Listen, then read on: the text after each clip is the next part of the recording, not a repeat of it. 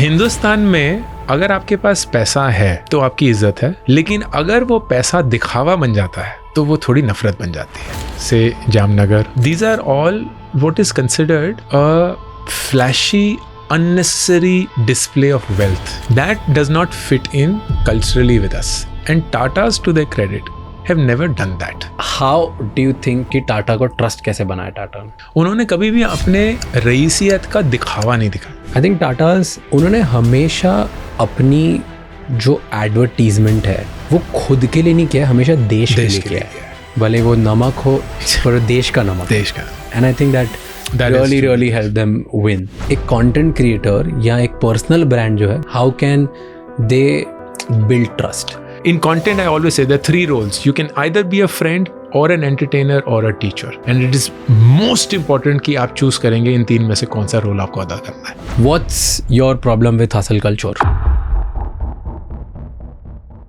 As a new entrepreneur, we have to figure out everything on our own. From creating a website or a digital store, managing our business accounts, and juggling multiple different projects all at once, we need to use 100 different softwares to manage these operations, but not anymore. I found this amazing platform called Odoo, which helps us with all of the above things. You can sell anything digitally, track all your inventory, create invoices, manage your employees, and so much more. Odoo helps you with everything that you need to manage your business online. And you get one app free for a lifetime with free hosting and customer support, and they offer various affordable monthly and yearly plans as well. The flexibility of Odoo is such that apps can be added according to the growth of your company, adding one app at a time as your needs evolve and your customer base when it grows. The best part is no more switching from one software to another. With Odoo, you can manage everything at one place. Imagine getting all your business information no matter where you are in just a single click. Amazing, right? Odoo has the trust of 12 million happy users. You should definitely check out Odoo. The link is in the description below.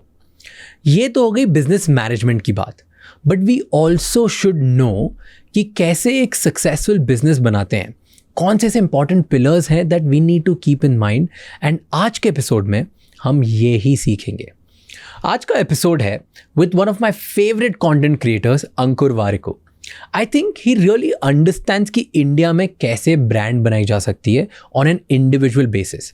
आज का podcast उसी बारे में है कि कैसे Tatas ने अपनी ब्रांड बनाई और उससे लेसन सीख के दूसरा कोई अपनी कंपनी कैसे बना सकता है, और क्यों कोई और कंपनी वो सेम चीज़ कर क्यों नहीं पाई। कैसे एक इंडिविजुअल अपनी लाइफ में जीत सकता है, सक्सेस अचीव कर सकता है, पैसे कमा सकता है और खुद की ब्रांड भी बना सकता है। इंडिया एक ट्रस्ट डेफिसिट कंट्री है जहाँ पे ट्रस्ट सबसे बड़ा इंपॉर्टेंट फैक्टर है। और हमने ये भी बात करी कि आपको और मुझे लाइफ में अगर आगे बढ़ना है तो कैसे लोगों की ज़रूरत हमें पड़ती है, कैसे टाइप के लोग अंकुर वारिको हायर करते हैं, उनकी हायरिंग प्रोसेस कैसी होती है, एंड उनकी हायरिंग प्रोसेस इंडिया की बेस्ट क्यों है, ऐसा वो क्यों मानते हैं। एंड हमने ये समझने की कोशिश करी है कि आप और मैं कैसे उनकी इतनी सारी प्रोसेसेस एंड नॉलेज को अंडरस्टैंड करके अपनी लाइफ में भी इम्प्लीमेंट करके आगे बढ़ सकते हैं एंड बहुत ही जल्दी सक्सेसफुल बन सकते हैं bye achieving all that we want. Enjoy this episode, but before you do that, राजशमानी clips और राजशमानी शॉर्ट्स को जाके सब्सक्राइब कर लो, क्योंकि वहाँ पर हम इस बड़े एपिसोड की छोटी छोटी क्लिप्स काट के आपके सामने लाते हैं ताकि आप एक बेहतर इन्फॉर्म्ड इंसान बन सकें कम से कम समय में।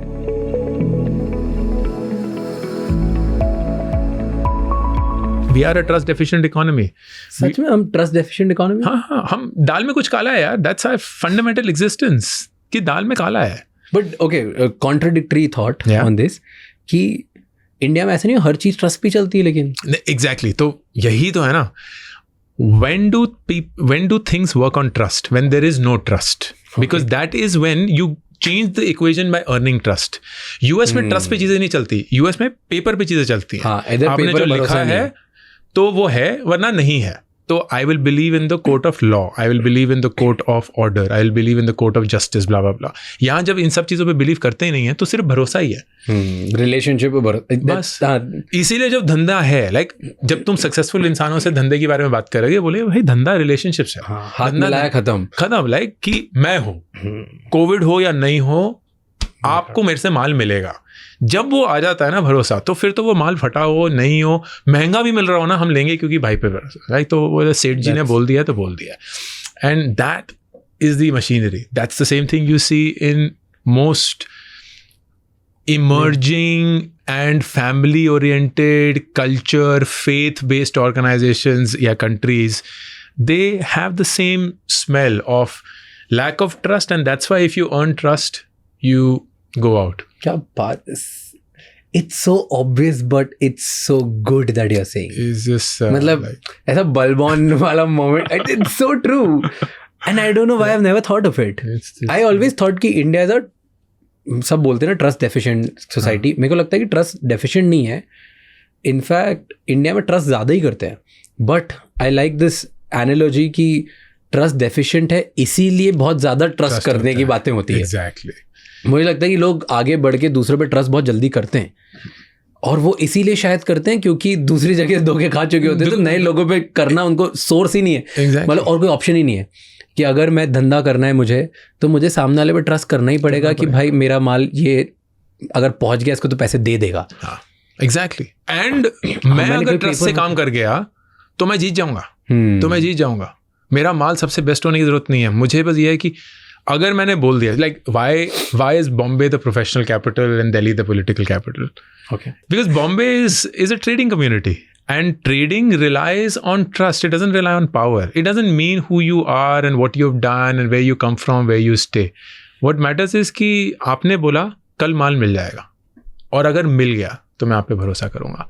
तो यहाँ भरोसे पे कितनी चीज़ें होती हैं. लाइक जब लोग बोलते हैं ना कि बॉम्बे इतना प्रोफेशनल है, एक्सपीरियंस है क्योंकि मैं दिल्ली से हूँ. यहाँ जब लोग बोलते हैं ना कि कल तक काम हो जाएगा, तो कल तक काम हो जाता है. दिल्ली में बोलेंगे कल तक काम होगा, फिर कल फोन करेंगे नहीं परसों लड़का निकल गया है, मैं लाइक वो आना ही होता होगा, अच्छा हो जाएगा, चलता है. And you just keep dragging your feet and kicking the can along the road. And that's just a very power वाला फील, राइट? कि अगर मैं तुझसे बड़ा हूँ तो मुझे अपना वर्ड रखने की जरूरत नहीं है, मैं तुझसे बड़ा रहूंगा हमेशा. and that equation that just messes things up. Like, it just messes things up. It's fascinating when you start thinking about trust in that way. That is so true. That I have experienced in my life. कि I think attitude में ना जो मुझसे बड़ा है in terms of just let's say social status or political power or something, वो दिल्ली का है ना, तो उसमें attitude ही वो है कि मैं कुछ भी करूँ, मैं बड़ा ही रहूँगा. आपको मेरे टाइमलाइंस और गाइडलाइंस के हिसाब से चलना पड़ेगा. आप कुछ भी हो, इट्स ओके. करेक्ट. हो गए आप घर पे, आप आओ. Yes. वो एटीट्यूड में reflect. It's not that they are being disrespectful. It's just this is how they know. इसके अलावा कुछ आता ही नहीं, पता ही नहीं. This is how things work. This is how things work. Just because you good with your work, इसका मतलब ये नहीं है कि आपका काम हो जाएगा या आप काम कर देंगे या आप जीत जाएंगे. आप जिसको जानते हैं उसकी वजह से भी आप जिंदगी में सक्सेसफुल बनेंगे. So there is a added layer and a very important layer कि आप किसको जानते हैं, आप किस ओहदे पे हैं, आप कहाँ से किसकी सिफारिश से आए हैं. ये तो ये सिटी, आई डोंट थिंक कि people, I mean I am just saying कि पॉलिटिकल पावर और whatever just powerful things work more in Delhi 100%. Bombay में ऐसा होता है जो ज़्यादा मेरिट है वहाँ पे ज़्यादा क्लिक होता है कि अगर आपने बोला and you kept your word, then next time आपको वापस वो मिलेगा. इधर लोग बहुत ज़्यादा वैल्यू करते हैं कि आपने बोला कि आप 2 बजे आओगे तो आप 2 बजे पहुँच गए तो लोग वैल्यू करेंगे. करेक्ट. यू नो, मतलब इन सब चीज़ों की वैल्यू होती है. But the other thing which you are saying which is आप किसको जानते हो लाइफ में, वो तो पूरे आई थिंक पूरे वर्ल्ड में सेम चलता है. वो है. बट द डिफरेंस इज आप किस बेसिस पे किसी का ओपिनियन मानते हो या नहीं मानते हो.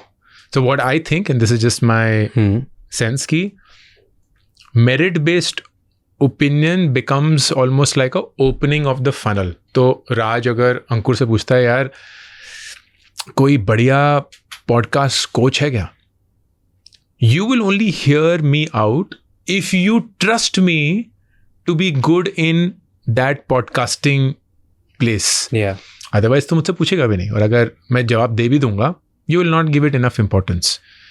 लेकिन अगर मैं पावर गेम खेल रहा हूँ तो मैं बोलूँगा राज वो है एंड तू उसी से ज़्यादा काम करेगा. And then you'll almost be obliged to do it irrespective of whether you trust my word or not. You're doing it because you almost have no choice but to listen to it. So who you know is of course very, very important, but why you would hear them out is just as important. And what I've seen in the US or in places which are more trust driven is वो merit based opinion ही होता है कि यार आप इस field के expert हैं तो आपकी ओपिनियन में इस फील्ड में ज़्यादा दर्जे पे रखूंगा एज अगेंस्ट कोई और जो किसी दूसरी फील्ड में ज़्यादा इंपॉर्टेंट है. Unless of course it becomes like a life thing which you have garnered trust all over. Trust is all across. I don't think there's any society that cannot function without trust. It's the level of importance you attach to it and how it supersedes even at times logic. So you're saying जहाँ पे power driven cities हैं या societies हैं वहाँ पर because someone else is powerful उसने जो बोला मुझे option ही नहीं है but मानना पड़ेगा. And जो ज़्यादा professionally driven societies हैं वहाँ पर मैं merit के basis पे trust करूँगा दूसरे को. Correct. And their code of conduct over a period of time है कि मुझे पता है कि मैं इस इंसान को इस चीज़ पे ट्रस्ट कर सकता हूँ लेकिन इस पे नहीं कर सकता. Do you think कि ऐसा होता है जो ज़्यादा आगे निकल गए या जो ज़्यादा let's say आगे निकल गए would be wrong word, social status जिनका ज़्यादा है उनको ज़्यादा पता होता है कुछ लाइफ में. यार उन्होंने ज़्यादा देखा होता है लेकिन देखना और पता होना are two very very different things. It's the difference between क्या हर एक इंसान ज़िंदगी में हारा है. हाँ हारा है. क्या हर एक इंसान जीता है. नहीं, बहुत कम लोग जीते हैं.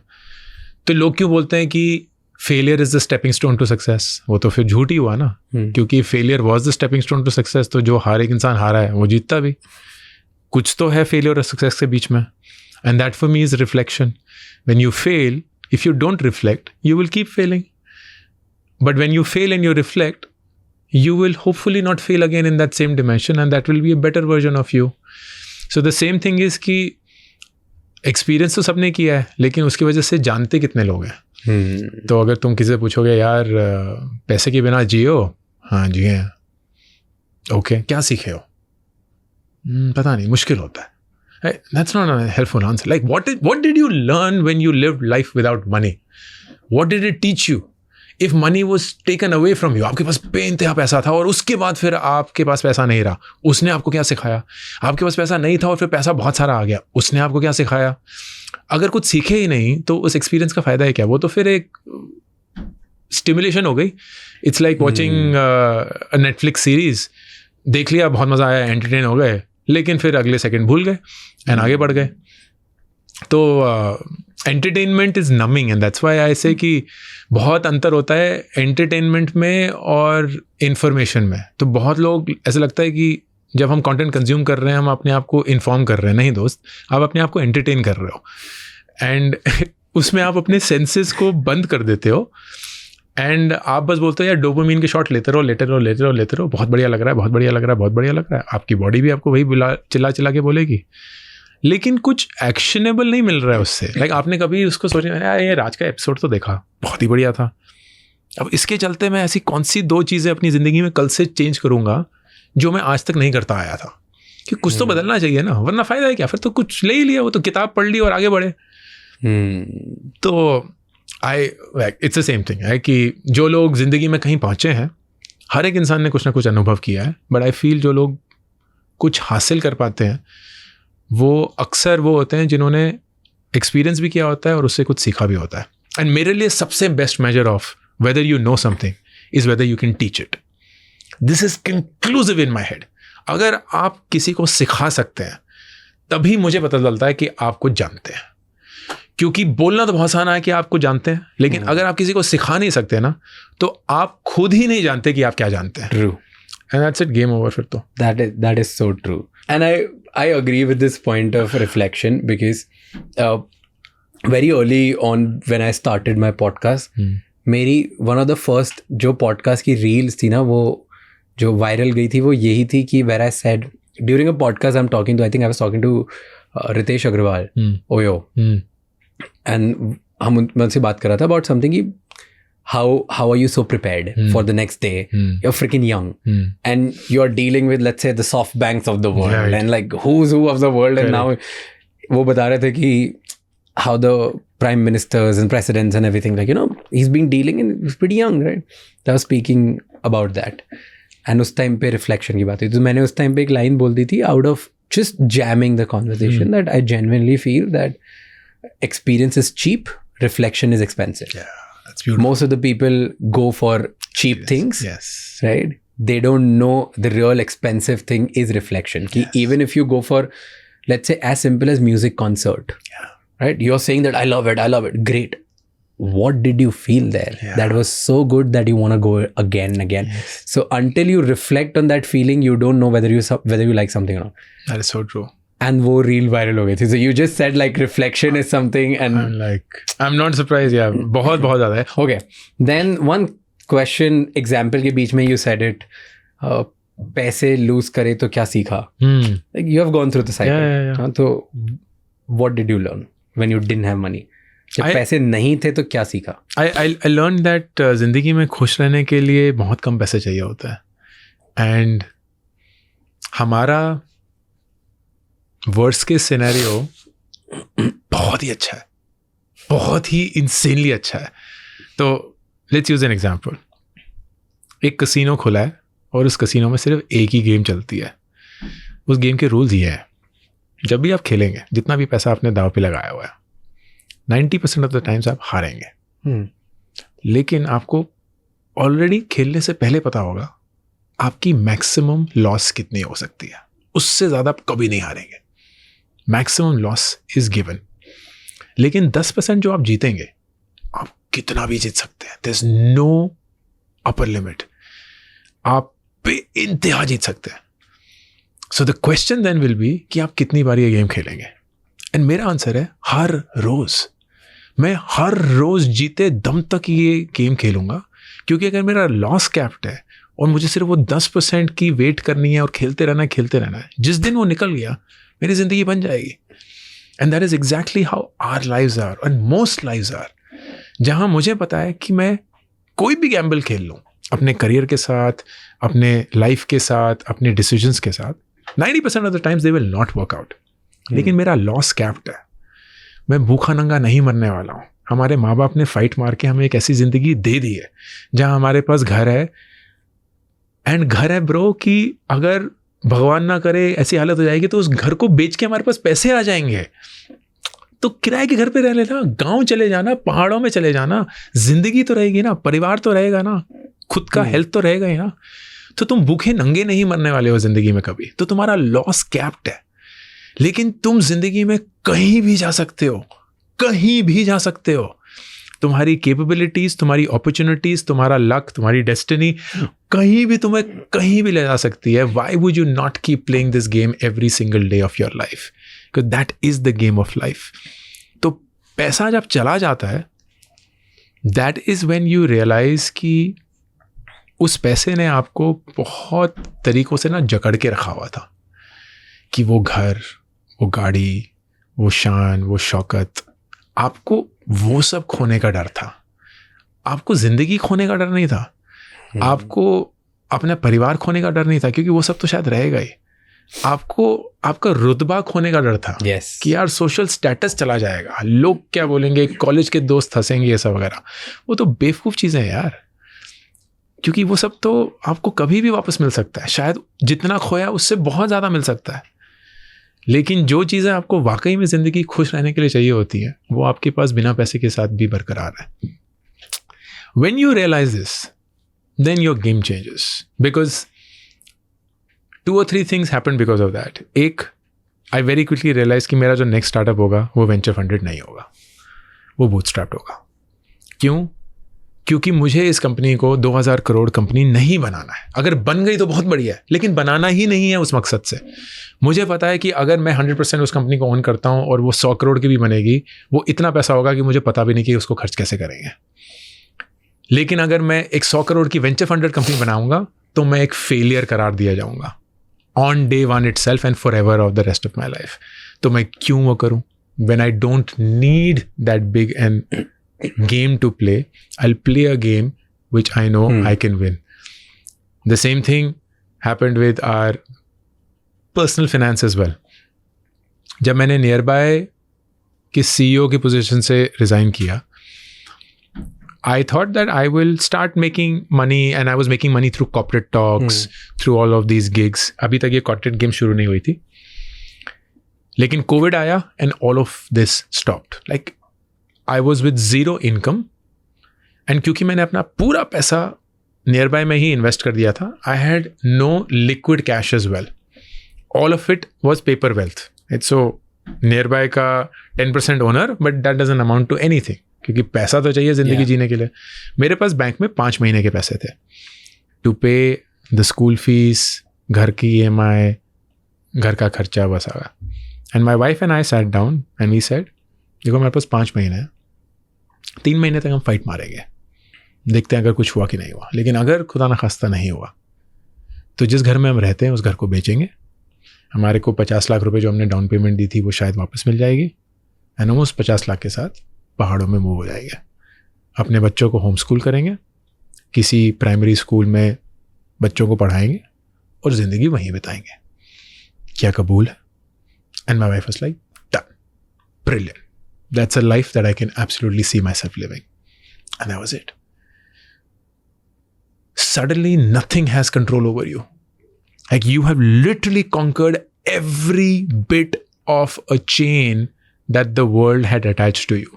You're free. You're absolutely free. Like वो 50 नहीं तो 40 मिल जाएंगे, 30 मिल जाएंगे. 30 लाख बहुत होते हैं अगर आपको पहाड़ों में ही रहना है और आपके खर्चे कुछ है ही नहीं और खुद का स्वास्थ्य है, ये है. And fuck the world.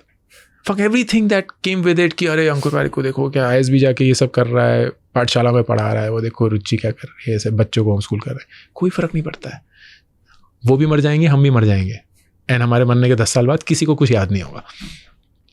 When you sense all of that, it's just so liberating that then money becomes almost like something you respect for what it gives you, but you just don't. You're free. You're just free. You're just free. And that's where we are right now. We're truly free. हमारे पास बहुत बहुत पैसा है अब, and we thoroughly enjoy our money. लेकिन हमें पता है कि किसी दिन, and वो दिन आएगा ही ज़रूर, किसी भी दिन अगर वो पैसा छिन जाएगा, we will not have anything to complain. क्योंकि ये पीरियड जो हम enjoy कर रहे हैं, हम बिल्कुल अच्छे से कर रहे हैं. You know, I often believe कि लाइफ में ना 3 टाइप के फ्रीडम्स होते हैं. Financial freedom, psychological freedom, and then emotional freedom, right. And सब स्टेप बाय स्टेप आते हैं कि पहले आप फाइनेंशियल फ्रीडम अचीव करते हो कि मैंने इतना पैसा कमा लिया, मुझे पैसे और कमाने की ज़रूरत नहीं है, या मुझे ये सोचने की ज़रूरत नहीं है कल का खाना कब आए, कहाँ से आएगा, तो आपने वो कर लिया.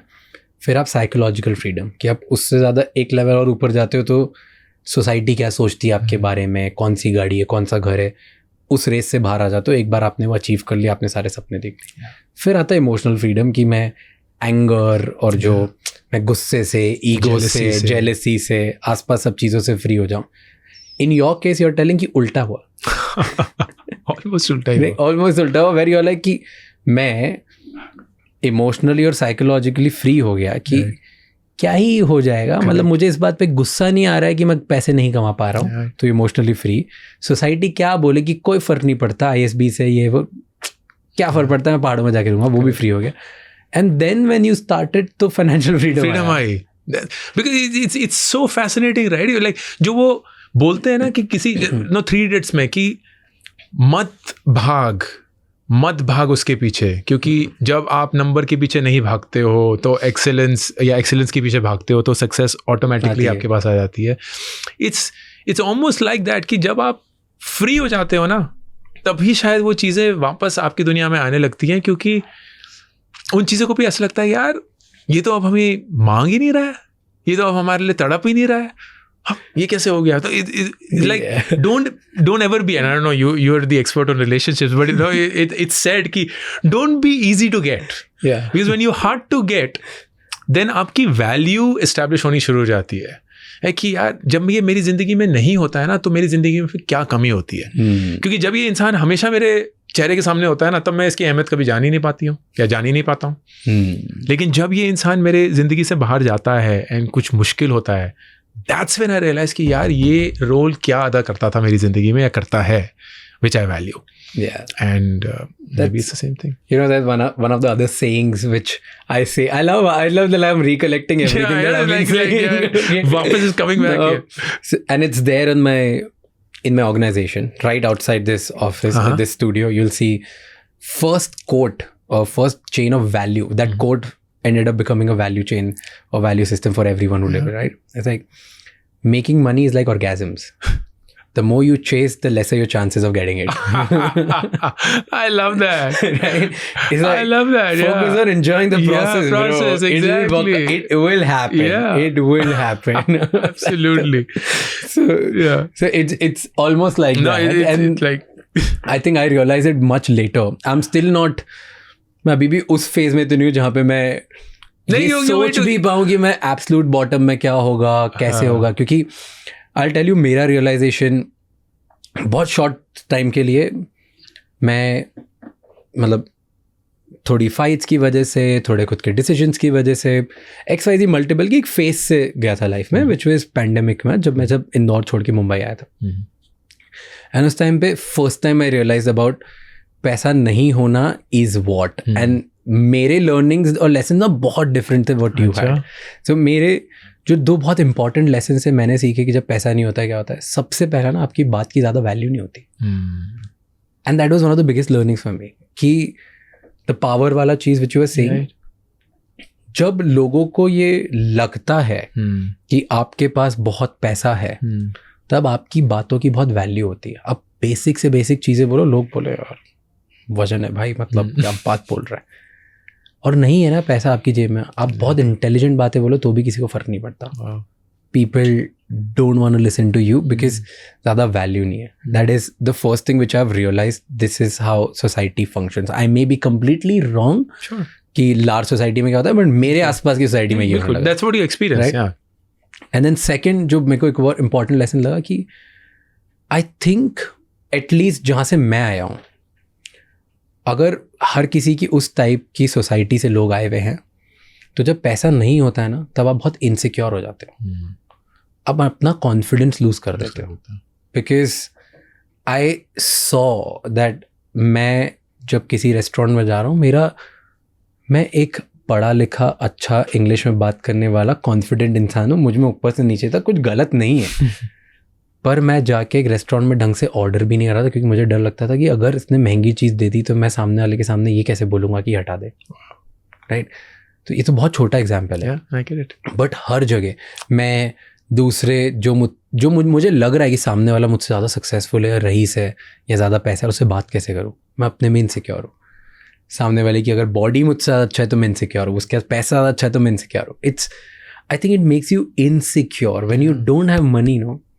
एटलीस्ट जितना तुम सोचते हो कि तुम्हारे पास होना चाहिए, अगर उतना नहीं होता है तुम बहुत इनसिक्योर होते हो। That's what my learning was, and may be it is a very surface level learning for someone like you who is much elevated in spiritual grounds.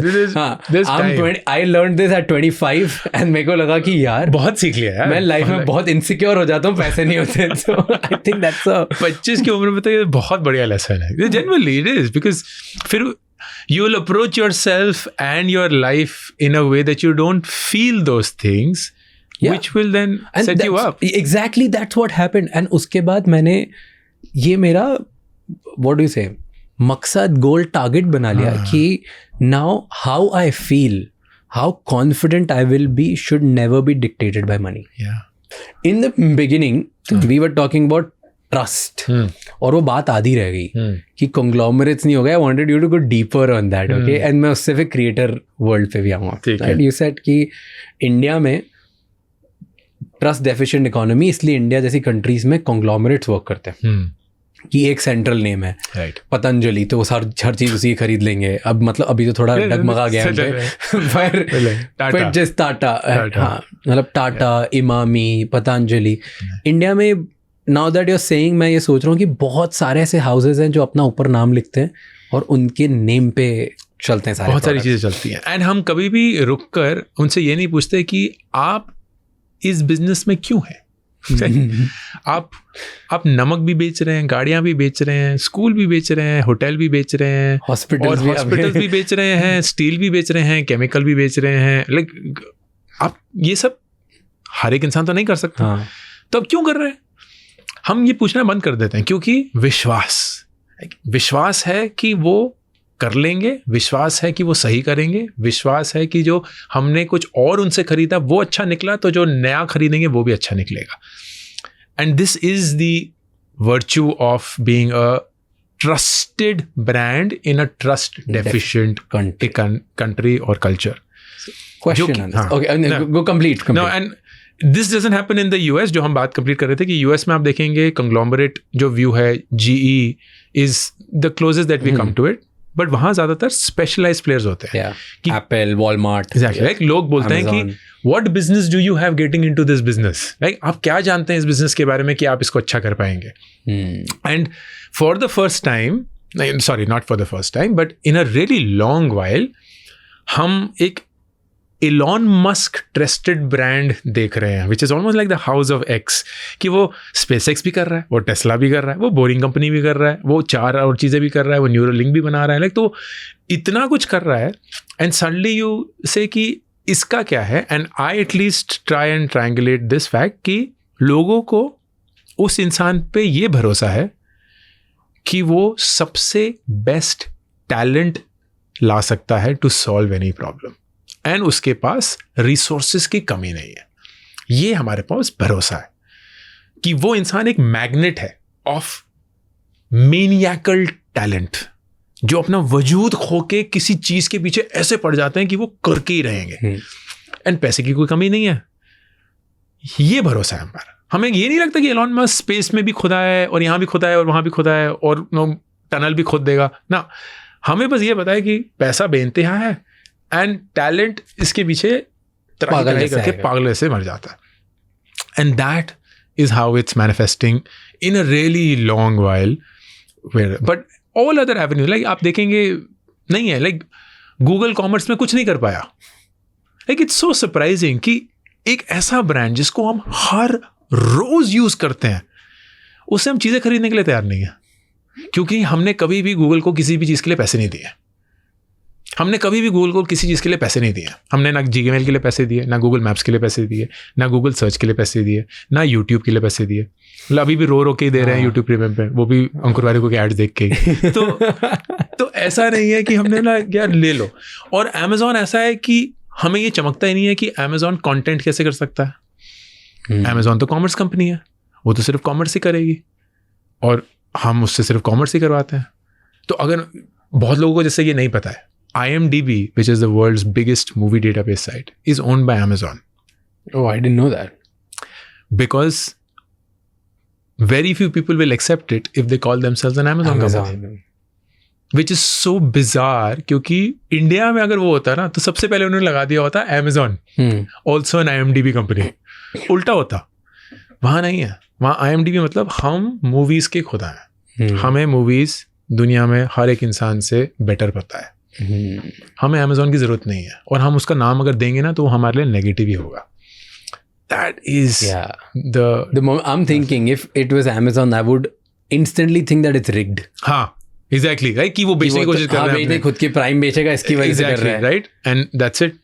वो खत्म हो जाता है. DP Review, which is the world's biggest photography website, is owned by Amazon. Diapers.com was owned by Amazon for a really long time. Fun fact, which has nothing to do with this conversation, but I really love this. Go and whenever you're there, go to relentless.com. Okay. It redirects to amazon.com. Really? That's cool. That is so cool. That is so cool. I love that. And like relentless.com redirects to amazon.com. They own the domain relentless.com. That is so cool. That is freaking cool. That is like a boss move. Yeah, like who's relentless? Me. I know, me. We've been doing it for donkeys years. 96 se lage hue. Don't teach us shit. Nice. And you know, this is making me wonder that is that also a reason why जो large American companies वो global बनती है क्योंकि उनके पास जो extra surplus पैसा आता है वो दूसरे देशों में लगाते हैं रादर देन दूसरे बिजनेस में अपने सेम देश में. And Do you think so? Yes. क्योंकि think Yeah. about like Yeah, McDonald's, yeah, Starbucks. India में भी there are large companies which are probably bigger than these companies. Some of them, right? Let's say conglomerates. And वो इधर ही और पैसे लगाते हैं कि दूसरा बिजनेस यहीं स्टार्ट करो, तीसरा यहीं स्टार्ट करो. And it's a I never thought about it that way, but yeah, that could be explained कि उन्हें पता है कि मैकडॉनल्ड्स एक ऐसा ट्रस्ट बन चुका है जहाँ हमें एक ऐसी जगह पे जाना है जहाँ वो ब्रांड ट्रस्टेड है. एंड अगर होगा तो वो ऑटोमेटिकली पिक हो जाएगा. ऑटोमेटिकली नहीं, बट कम मेहनत लगेगी. हम खर्चा करेंगे जो हमारे पास एक्स्ट्रा पैसा आया है, हमने यूएस मैकडॉनल्ड्स से जो कमाया है, अब वो मैकडॉनल्ड्स बाइक्स बनाने की जगह एग्जैक्टली ये कर देते हैं. मैकडॉनल्ड्स ग्लोबली बनाओ, एंड नाइकी ग्लोबली बनाओ, एंड एप्पल ग्लोबली बनाओ.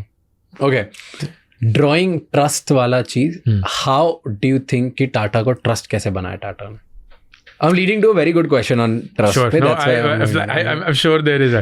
Yeah, trust का ना मेरा एक मैंने टाटा ही क्यों, कितनी सारी कंपनीज हैं, कितने लोगों ने कोशिश करी होगी. टाटा खेला कैसे ही, जबकि अगर फंडामेंटली देखा जाए, मैं क्यों क्वेश्चन बोल रहा हूँ, I want people to think. Okay, fundamentally मैं चीजें बताता हूँ. अगर देखा जाए तो टाटा इंडियंस थे भी नहीं. Right, correct. तो इंडिया में अगर लोग बोलते हैं कि इंडिया में हीरो स्टोरी चलती है और इंडियंस पसंद है, रैक्स टू रिचेस पसंद है, तो वो टाटा के है नहीं. वो जबकि अंबानीज के पास है. बिल्कुल. फिर भी लोगों को टाटा ज़्यादा पसंद है. ठीक है. देन सेकेंड इज कि इंडिया में लोग बोलते हैं कि प्रिविलेज को हेट किया जाता है, कि ज़्यादा प्रिविलेज लोग हैं, रईस हैं, इन्होंने हमारी प्रॉब्लम नहीं समझी तो इनको सेलिब्रेट कैसे. टाटा क्या वो भी नहीं था. राइट. फिर उसके बाद दे ऑल सेड कि जो गवर्नमेंट मीडिया सबको कंट्रोल करता है, जो इन्फ्लुएंस करते हैं, जो सब दोस्ती यारी करते हैं, उनको ज़्यादा पसंद नहीं करते इंडिया. वो भी टाटास ने कुछ नहीं किया. सब everything they do is as good as every other conglomerate in the world. तो उन्होंने भी सब किया. Still why them? उन्होंने भी बाय द वे बच्चों को ही दिया है. हाँ, ना ऐसा बिल्कुल. मतलब ऐसा भी नहीं किसी दूसरे को. पहली बार शायद दूसरा कोई, पहली बार दूसरा. अभी तक तो टाटा ही थे. टाटा ही चलता गया next. And Tata Sons will, like, there is I recently completed a book on Tatas, and बहुत fascinating था कि कैसे रतन टाटा का एक very clear mandate था कि Tata Sons ownership in Tata company should increase because he felt that it was diminishing and declining, and he did that not with any malintent कि यार ownership होना चाहिए sir, but he just said कि Tata Sons का एक contribution जो है वो we should not be at the whim and fancy of some hostile takeover. जहाँ भाई family trust ही protect नहीं कर पाएगा company interest को. तो वो family trust को वो भी support करते हैं और वो भी बहुत heavily family को ही सब promote करते हैं, right? तो भी ऐसा क्या किया उन्होंने कि trust बन गया? So I feel there are three things. As with everything in Instagram, yeah. Like, so number 1, in no particular order, is Hindustan में अगर आपके पास पैसा है तो आपकी इज्जत है, लेकिन अगर वो पैसा दिखावा बन जाता है तो वो थोड़ी नफरत बन जाती है. केस इन पॉइंट से Vijay Mallya, case in point से जामनगर.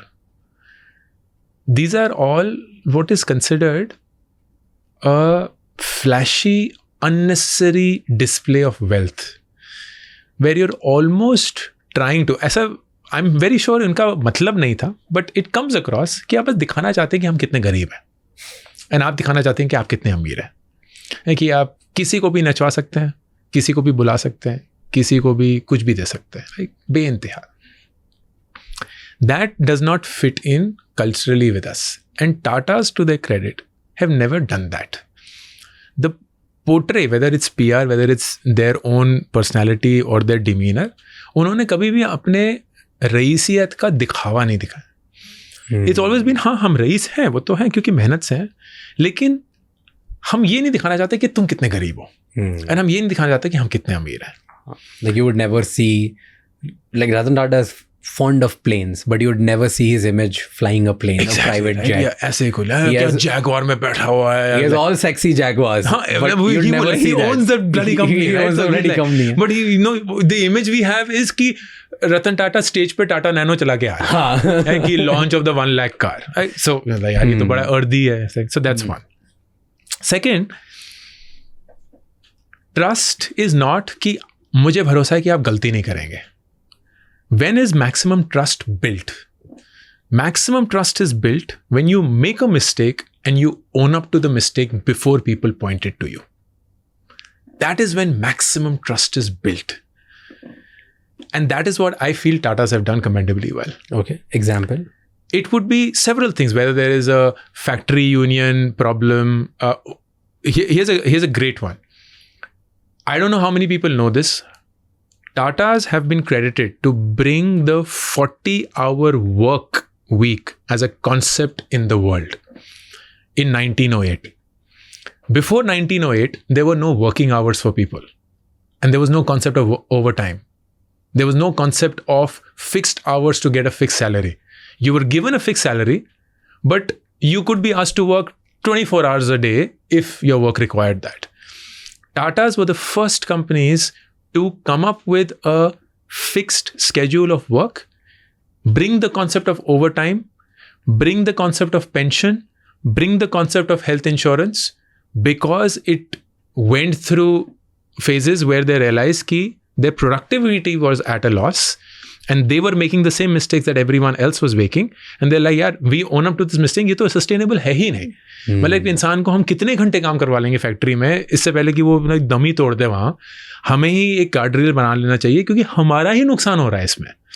लेकिन उस नुकसान को सॉल्व करने के लिए उन्होंने दूसरे लोगों का भी भला कर दिया. And that is fascinating because when you own up to a mistake before the mistake is pointed to you, it elevates your trust index intensely. Interesting. And that's what I think that Tatas have done commendably well, because they've been very consistent with that. चाहे वो बॉम्बे के attacks हों 26/11 के या कहीं भी हो, like they've always been at the forefront.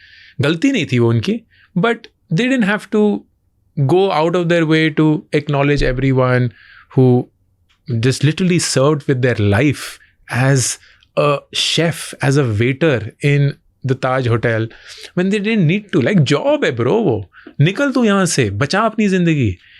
What is in the minds of someone to say, nahi yaar, ye mera guest hai, mujhe apni jaan de ke is guest ko bachana hoga. That, I have goosebumps when I'm saying this, but no, that is the kind of thing that they would build. So that's the second. And the third is consistency. It's predictable and consistent, which is not to be the best, but to be predictable in what you expect from them. So go back to The Dark Knight. The beautiful scene between Joker and what was the name who... the guy who was responsible for the city of Bane. Gotham, not Bane. This is the Dark Knight. So jiska face wo I have not seen, sir. Oh, you haven't seen that? No. Ooh. Okay. Never mind. Everybody I'll forgive you. What? Right. So there's this really famous scene between a guy who's not important for this conversation and Joker. And Joker says this beautiful thing. It's like, if you tell people that there'll be a bomb blast tomorrow, everyone will be okay. Because it is what they expect. Chaos is when people lose their mind. Because when something happens unpredictably, they can't know beforehand how to prepare themselves for it. And then he add a little chaos to this world, which is where the movie draws his theme from. But what he's essentially saying is, it actually doesn't matter what is the standard that you're delivering as long as it is predictable. Because people then align themselves to that expectation. And all that they're measuring is, मेरे ज़हन में ये था, क्या तुमने यही चीज़ करी कि नहीं? मेरे ज़हन में ये था, क्या तुमने यही चीज़ करी कि नहीं?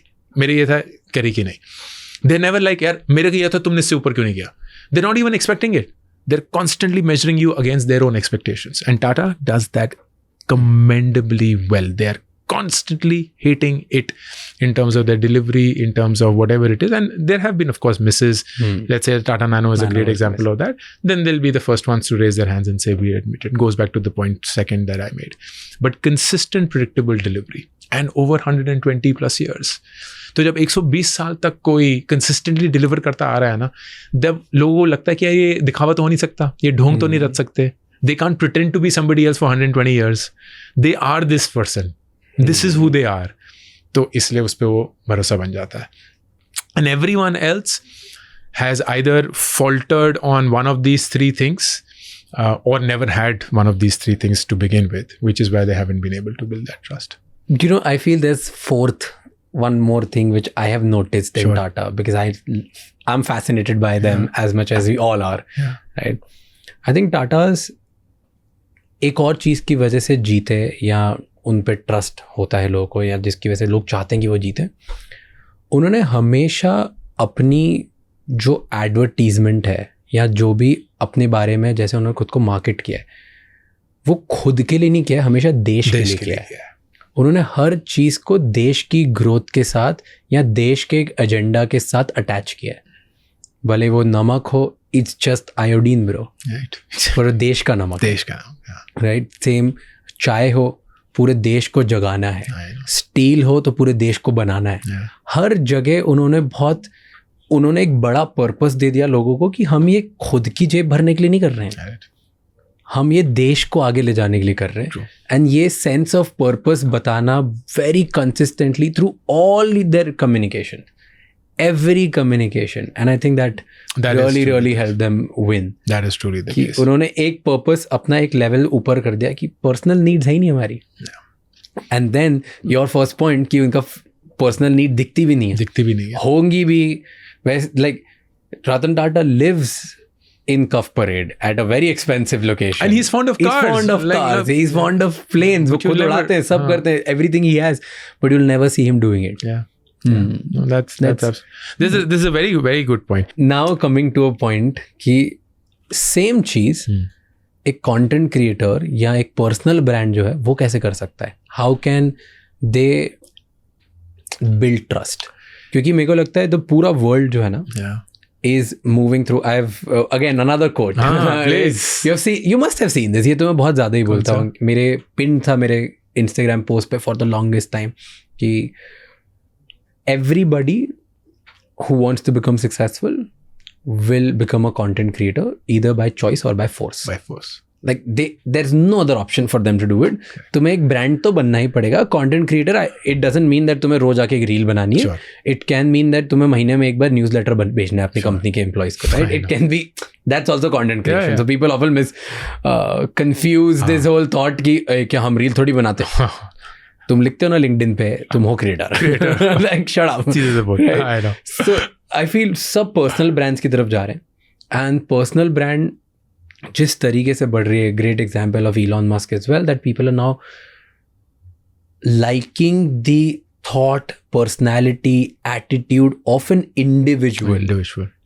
तो वो इंसान कैसे ट्रस्ट बनाए? What can we learn from these large conglomerates, or what have you learned? Because you're doing the same thing. You're building trust, and I know this, that you won't do anything to break people's trust, and you would try to protect it if in some way it's getting harmed also. So I've seen that, analyze that. I know you for that reason as well, so that's evident. So how can somebody build trust as a brand? I'm talking. Sure. तो सबसे पहला तो मेरा सवाल एक audience में usually होता है कि यहाँ कितने लोग बैठे हुए हैं जो एक पर्सनल ब्रांड है, एंड एज एक्सपेक्टेड एक या दो लोग हाथ खड़ा करते हैं. सच ठीक है. Then I ask the question, आपको कितने लोग आपके नाम से जानते हैं? सबके हाथ खड़े. ठीक है. आप कितने लोग आपको आपके काम से जानते हैं? सबके हाथ खड़े. कितने लोग आपको आपकी फितरत से या आप कैसे इंसान हैं उससे जानते हैं? सबके हाथ खड़े. तो देखिए, आप सब बाय दैट मेजर एक पर्सनल ब्रांड है. तो ये तो कभी भी शक के साथ मत जीना कि क्या मैं पर्सनल ब्रांड हूं या नहीं हूं. हर एक इंसान जो किसी भी और इंसान के साथ रह रहा है वो एक पर्सनल ब्रांड है. Love it. The only difference is how many people know of that brand, but not the fact that whether they know of the brand or not. तो तुम भी एक पर्सनल ब्रांड हो, मैं भी हूं, आप भी हैं, एंड यहां भी सब लोग हैं, सड़कों पे भी हर एक इंसान एक पर्सनल ब्रांड है. दायरा अलग है. क्या वो कुछ गिने चुने लोग हैं, कुछ 100 लोग हैं, 1000 लोग हैं, या लाखों लोग हैं? देन द क्वेश्चन बिकम्स, ये पर्सनल ब्रांड बनता कैसे है? क्योंकि अगर हर एक इंसान एक पर्सनल ब्रांड है तो वो सिंपली आपके इन्हीं 3 चीज़ों पर बनता है. आपका नाम, आपका काम और आपकी फितरत. आपका नाम मतलब जब आपका नाम पुकारा जाता है तो बाकी लोग आपके बारे में क्या बोलते हैं जब आप वहाँ नहीं होते हैं. तो मैं, जैसे आपसे किसी ने पूछा, यार what's the difference between you and Ankur? For that you need to have a point of view on Ankur, and the person asking you also should have a point of view on Ankur, which means Ankur already exists as a brand without him being in the room. तो that is established. फिर काम, अंकुर क्या करता है, आप क्या करते हैं, तो उससे. एंड फिर अगर आपने कभी अंकुर के साथ इंटरेक्ट किया है या नहीं भी किया है, लेकिन आपने उसको दूर से देखा है लोगों के साथ इंटरेक्ट करते हुए, तो वो इंसान कैसा है एंड वो कैसी चीज़ें बोलता है, कैसे लोगों से पेश आता है, all of that forms a persona. And the only thing that people are now subconsciously measuring is this persona a predictable, consistent persona or not? Do I see this persona being replicated consistently over a period of time or not? And strangely enough, just like a corporate brand, it doesn't matter what that persona is. It doesn't matter whether it is the right persona or the wrong persona. तो बहुत लोग जैसे बोलते हैं, यार दुनिया को क्या हो गया है, कैसे हमने आइडल्स बना लिए हैं, ये जनरेशन इसको फॉलो कर रही है, उसको फॉलो कर रही है. Bro, it is not about right और wrong. It is about the fact कि जिस भी इंसान को वो फॉलो कर रहे हैं ना, वो देखते हैं कि वो हर रोज़ उठ के वही सेम पर्सोना बनाता है या एग्जिबिट करता है जो उनकी एक्सपेक्टेशन में है. चाहे वो गलत हो सही हो, फ़र्क नहीं पड़ता. तो कोई इंसान अगर 25 साल की उम्र में अपनी मर्सिडीज़ शो ऑफ कर रहा है और अपनी ओमेगा घड़ी दिखा रहा है, वो वही है. वो ना ढोंग नहीं रच रहा है, वो जेन्युइनली अपने पैसे में इतना गुम गया है, इतना घुस गया है कि वही उसका वजूद बन चुका है. तो वो जब कंसिस्टेंटली सिर्फ पैसे के बारे में बात करता है और सिर्फ पैसा ही दिखाता है और सिर्फ घर खरीदने की बात करता है और सिर्फ गाड़ियाँ खरीदने की बात करता है, तो लोग उसी को एक पर्सनल ब्रांड मानते हैं क्योंकि they are attracted to that conversation. And कोई इंसान अगर सिंप्लिसिटी की बात करता है, नॉलेज की बात करता है, किसी और चीज़ की बात करता है और सिर्फ वही बात करता रहता है, they are attracted to that.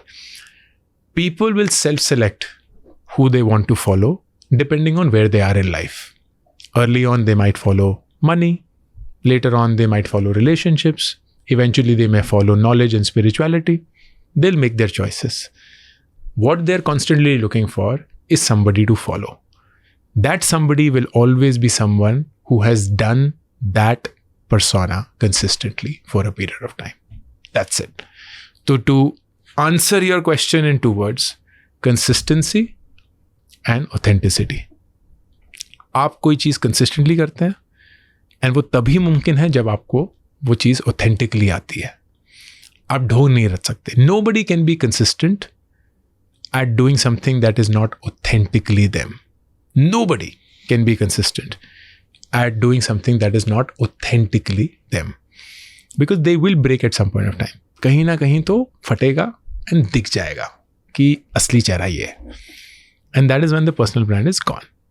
But somebody who does that consistently well is only doing it because they're authentically that person. And people will then follow.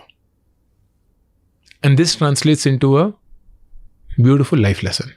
जिंदगी में लोगों को इम्प्रेस करने की कोशिश मत करो. जो तुम हो वही बने रहो और देखो कि उससे कौन कौन इम्प्रेस होता है. Find your tribe. यूट्यूब पे 450 मिलियन लोग हर महीना आते हैं सिर्फ हमारे देश से. 45 करोड़ लोग हर महीने यूट्यूब को एक्सेस करते हैं. अगर आप कंसिस्टेंटली कंटेंट बनाएंगे तो उस 450 मिलियन में से आप कुछ ऑडियंस गारंटीड अपना ट्राइब बना लेंगे. तो मैंने 0.7% उसका बना लिया है अभी, तो 3.8 मिलियन के करीब कुछ है। रणवीर ने 2% बना लिया है, तो उसका 10 मिलियन कुछ है। लेकिन हम दोनों ही 450 मिलियन से बहुत दूर हैं, एंड शायद जिंदगी में कभी नहीं पहुंच पाएंगे। मिस्टर 20 भी इन 450 में से 200 नहीं उठा पाएगा, मैक्सिमम वो भी इससे शायद 20, 30, 40 उठा लेगा। That means irrespective of what you're doing, you will always find enough people who will follow you, even if you are shit, as long as you're doing it consistently. And that is how you build a personal brand. आपने बोला कि कोई भी एक चीज़ पकड़ो और जो आप हो, आपकी जो पर्सनालिटी है वो दिखाओ। तो आपकी पर्सनालिटी इनहेरेंटली है कि मैं काम हूँ, मैं इमोशनली फ्री, कि मुझे नहीं डर लगता कि क्या ही हो जाएगा worse and all of that. मैं टफ समय से निकल चुका हूँ, बहुत सारी चीज़, राइट। तो वो करते रहोगे लॉन्ग टाइम, तब तो आपकी ब्रांड बन जाएगी। सिमिलरली जैसे मैं हूँ, मैं बहुत ज़्यादा ज़ील एंथुजियास्टिक कि मुझे दुनिया चेंज करनी है, मुझे इंडिया से ग्लोबल ब्रांड बनानी है। मैं अगर इस पे ट्रू रहा और जब तक मैं ऐसा रहते रहूँगा तो मेरी ब्रांड बन जाएगी consistently, right. This would, but then now the idea of race starts, like you and me, we both want to build brands, right. कैसे हम जल्दी बड़ी ब्रांड बनाएं? जल्दी क्यों करना? Why not? Like that's what I'm talking from a purely a 20-year-old. I'm in my 20s, okay? मेरे को हर चीज़ की जल्दी, और मैंने बहुत बार सोचा है कि क्यों जल्दी है पता नहीं, बट है। And that's, I think, her 20 year का यही थॉट प्रोसेस है। नहीं पता क्या है, दोस्तों को दिखाना है नहीं, माँ बाप को प्रूफ करना है नहीं, खुद को प्रूफ करना है नहीं, फिर भी क्यों जल्दी है, लाइक है चाहिए, मुझे सब चाहिए आज ही। So how do we build like I keep thinking, because, and I tell you where it comes from, okay? I think it's very unfair and it's almost like a paradox, but I think that's true कि हम लोग ना 20s में हमारे आसपास inspiration देखते हैं और फिर देखते हैं वो 20s में कितने सक्सेसफुल थे, या कोई 20s में ही सक्सेसफुल है, तो फिर देखते हैं यार ये तो इतनी जल्दी इसने $1 बिलियन कंपनी बना दी, इसने तो इतनी टाटा टाइप ब्रांड बना दी, ये तो भी 20 साल का है, 22 साल का है, 25 साल का है, 30 ईयर्स का है, 35 ईयर्स का है। एंड देन वी थिंक यार मैं भी तो कर सकता हूँ, मुझ में क्या कमी है। And that's how you want to build it faster, because you are just seeing examples around you, you are like what am I doing wrong, और maybe what am I not doing hitting right, because मेहनत तो मैं भी कर रहा हूँ, दिमाग मुझे लगता है मुझ में भी है, right. All of these I am making a very 20-year-old thoughts. No, I get it. And this is, I can give you in written all the people I've met, someone who has $1 billion in their 20s and someone who just makes 10,000 rupees a salary in their 20s, sabka similar thought. Yeah, absolutely. So how do we build bigger brand? How do we build a bigger outcome for ourselves? So there are multiple layers to this question. First is to understand why are people in their 20s in a hurry. It is not because they are in a hurry. It is because the time required to succeed as a percentage of their life lived so far is a meaningful share. Here's what I mean by that. Let's assume, थोड़ा like explain me in Hindi, like basic language, okay, Salman? 2020 में हमने अपना content journey शुरू किया YouTube पे। 1 साल के अंदर हमने 1 मिलियन सब्सक्राइबर्स हिट करे, which was fantastic. मेरा तो दिमाग फट गया। मैंने अपनी टीम को बोला यार हमने 1 साल के अंदर 1 मिलियन सब्सक्राइबर्स कर लिया, मतलब अगर हम इसी रफ्तार से लगे रहे तो हम सिर्फ 10 साल के अंदर 10 मिलियन सब्सक्राइबर्स पे होंगे। एंड वो मेरी बात सुन के बोल रहे थे आपका दिमाग खराब हो चुका है क्या? 10 साल लग जाएंगे हमें 10 मिलियन पहुंचने में। एंड मैं बोला था सिर्फ 10 साल में ही हम 10 मिलियन पहुंच जाएंगे। And it was such a divergent reaction to the same goal that it set me thinking कि यार ऐसे कैसे, ऐसा तो है नहीं कि मैं उनसे ज़्यादा knowledgeable हूँ या स्मार्ट हूँ या कुछ हूँ। तो बहुत सिंपल सा एक एक्सप्लेनेशन मैंने अपने दिमाग में निकाला कि मैं हूँ 40 का, मेरे लिए 10 साल is 20% of my entire life, वो है 20 के, उनके लिए 10 साल उनकी आधी जिंदगी है, आधी जिंदगी। तो आप किसी को बोलोगे यार तुम्हारी आधी और जिंदगी ना इस काम में लग जाएगी, बोले भाई मैं नहीं कर रहा, पागल हो गया क्या, आधी जिंदगी थोड़ी और दे दूंगा इसके लिए। सो इट इज नॉट कि वो रफ्तार में है या इम्पेशेंट है, वो यही है कि यार कोई भी बड़ी चीज़ बनाने के लिए ना मोटा मोटा उतना ही वक्त लगता है। ये आप डेटा से प्रूव कर सकते हैं, रिसर्च से प्रूव कर सकते हैं कि यार यूएस में फॉर एग्जांपल एक यूनिकॉर्न 5 से 7 साल में ही बनता है, इंडिया में वो यूनिकॉर्न 7 से 9 साल में बनता है। इतना वक्त लगता ही है। ऑफ कोर्स एक्सेप्शंस होंगे, लेकिन ऑन एन एवरेज इतना ही लगता है।